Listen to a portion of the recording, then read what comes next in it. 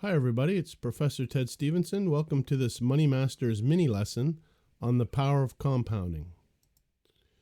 Don't forget to sign up at moneymasters.com for our free arena and to join our free academy. In the video today, we'll look at the difference between price return and total return and highlight the importance of dividends or earning interest and the importance of compounding. If we look at the Money Masters Arena for week 8, which is the week ending February the 25th, 2022, you can see that I put in a portfolio that was 100% invested in ticker symbol SPY, which is an ETF that tracks the S&P 500. So we can see that SPY closed at 437.55 on the 25th. I had a return for the week. It was a shortened week because Monday was President's Day, a holiday, and the stock markets were closed. I had a return of 1.29% on the week, and my portfolio finished 30th out of 72 portfolios. So congratulations again to the top 3 winners. Now, what I want to show in this video is that a little bit more information about SPY, what it is. So the SPDR S&P 500 ETF, ticker symbol SPY, is an exchange-traded fund launched and managed by State Street Global Advisors. It seeks to track the performance of the S&P 500 index by using the full replication technique. But if we invest in the ETF that is meant to track and replicate the index, then we also receive a dividend yield, okay? So in the short term, if I look at this chart year to date, which is comparing the SPX, the S&P 500, versus the ETF that is meant to track the S&P 500, you're going to always see a little bit of tracking difference, that the return is not going to be absolutely the same. But as you increase the amount of time, you're going to see that that dividend yield starts to become more and more important, and you are going to start to understand the power of compounding. So if we look here year to date, the S&P 500 is down 8% since the beginning of the year. And the SPY, the ETF that is meant to track the S&P 500, is down negative 7.83%. So it's very close because there's not a lot of dividends being paid since the beginning of the year. We're only towards the end of February right now. But if we increase the timeline from year to date, we're going to look at the charts very quickly for the 3-year comparison, 10-year and 20-year. You're going to really understand the power of compounding dividends. A nice quote here from Benjamin Franklin on the power of compounding.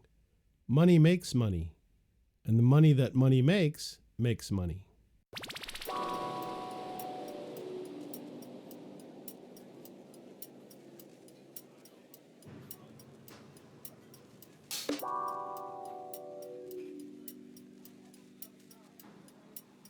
Now, if we move that to 3 years, you can see that the S&P 500, ticker symbol SPX, is up 57% on 3 years, but the SPDR, SPY, is up 65%.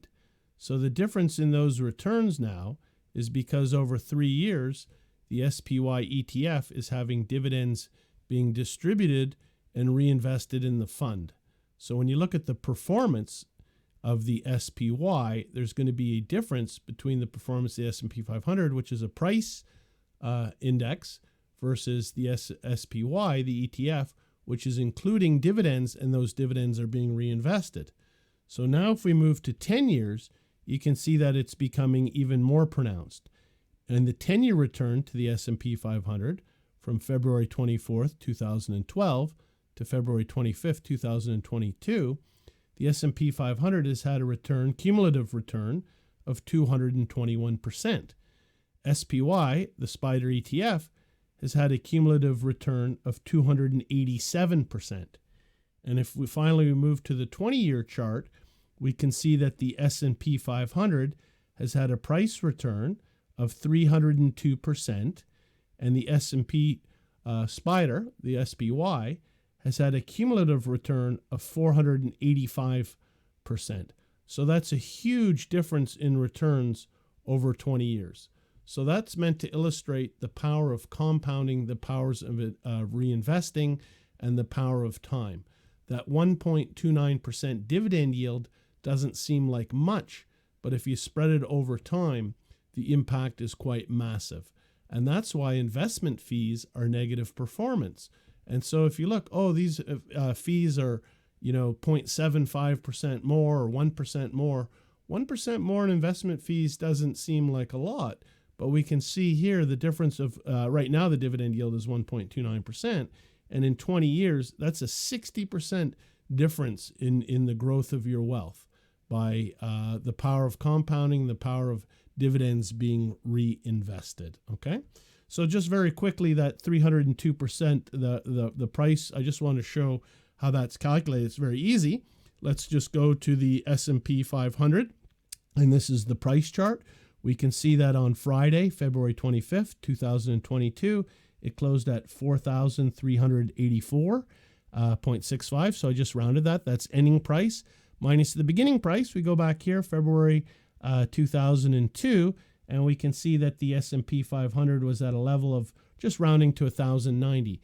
So ending minus beginning divided by beginning, and that gives us our 302%. If we're just going to bring up the calculator here just very quickly, we can see 4,384, just doing the rounding, minus 1,090, ending minus beginning. That equals, and we're going to divide that by the beginning, 1,090, and you're going to see that we're at 302%. Okay, so that is showing you that the S&P 500 is a price line, but the ETF that is meant to track and replicate, if we look at the performance of the ETF over time versus the price line, we can really see the impact. If you want to learn more, be sure to sign up at moneymasters.com, download the app at the App Store or Google Play, get into the Academy, do some free lessons, and get into the arena and join one of the upcoming tournaments. This is Professor Ted Stephenson saying thank you for your time today. I hope you've learned a little bit about the power of compounding and the importance of dividend reinvestment in terms of your total return. Thank you and have a great day.